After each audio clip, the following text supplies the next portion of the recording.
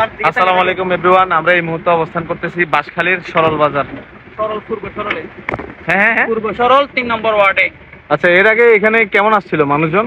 এর আগে তেমন একটা আসে নাই, কালকে একটা টেম্পার আসছিল এবং আমরা তাদেরকেও ওখানে নৌকা নিয়ে যাওয়ার জন্য ব্যবস্থা করে দিয়েছিলাম, কারণ আমাদের সবচেয়ে বেশি কষ্ট হয় আপনারা যদি ওদিকে দেখেন পানিকে পানি আপনার একটু দেখান, ওই যে ওই বাড়িগুলো দেখছেন।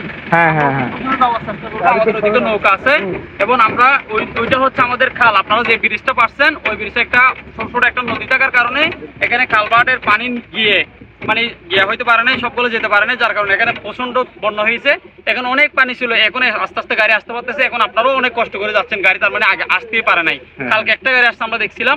তো তারপর এখানে অনেক পানি, আমরা চেষ্টা করবো যে সবসময় যারা দুর্গম একদম পানির ভিতরে বন্দি আছে আমরা তাদের কাছে পৌঁছানোর চেষ্টা করবো। প্রয়োজন আমরা নৌকা দিব, আমরা নিজেরা সাঁতার কেটে কেটে যাবো। আপনাদের এখানকার স্থানীয় নাকি? আমি এখানকার স্থানীয় এবং আমি এখানে মানবতার কল্যাণ, আমরা একটা ফাউন্ডেশন ছিল, আমরাও আপনাদের ওখানে গেছিলাম ফয়নিতে এবং আমি ওইখানের একজন কার্যকরী সদস্য।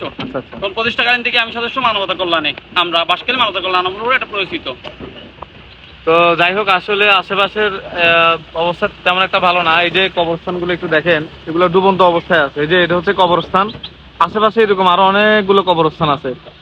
মূলত মূলত এদিকের পানি আরো অনেক বেশি ছিল গতকালকে বাইরের কথা অনুযায়ী। তো আজকে মোটামুটি কিছুটা পানি একটু কমছে।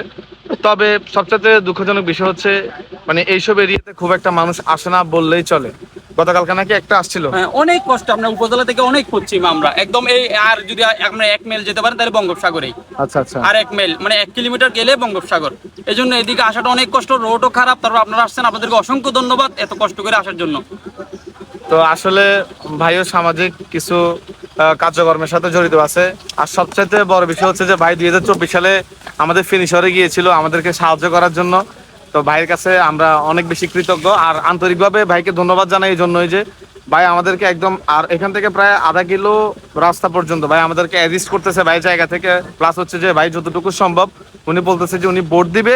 প্লাস হচ্ছে উনি পাশাপাশি একটা মেসেজ এখানে কিন্তু ড্রপ করেছে, সেটা হচ্ছে যে কেউ যদি চায় ওনারা কিন্তু এই এরিয়াতে আসতে পারে।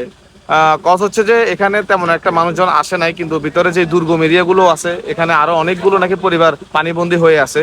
তো আমিও রিকোয়েস্ট করবো আমার জায়গা থেকে যারা মোটামুটি ত্রাণ নিয়ে আসতেছেন আপনারা এইসব এরিয়াগুলোতে একটু আসার চেষ্টা করবেন। এটা হচ্ছে অনেকটাই ভিতরে এখান থেকে, আর আমরা 1 কিলো গেলেই কিন্তু মোটামুটি বঙ্গোপসাগর সামনে সামনে আমরা দেখতে পাবো। তো এখন সময় হচ্ছে প্রায় 2টা, দুপুর 2টায়। আমরা আলহামদুলিল্লাহ আমরা আমাদের গন্তব্যে এসে পৌঁছাইতে সক্ষম হয়েছি। আমরা আমাদের জায়গা থেকে যতটুকু সম্ভব ইনশাল্লাহ চেষ্টা করবো। এটা হচ্ছে গিয়ে বড় কথা। এখানে কিন্তু গাড়ি চলে যায়, এখানে দেওয়া হয় না। যদি আপনাদের সম্ভব হয় তাহলে এখানে 2-1টা পরিবারকে দেন। উনি আমাদের আব্দুর রহিম আঙ্কেল আছে, উনি একজন স্বেচ্ছাসেবী, এলাকার সবাই চিনে। যদি কষ্ট করে এখানে 2-1টা পরিবারকে দিতেন তাহলে ভালো হইতো।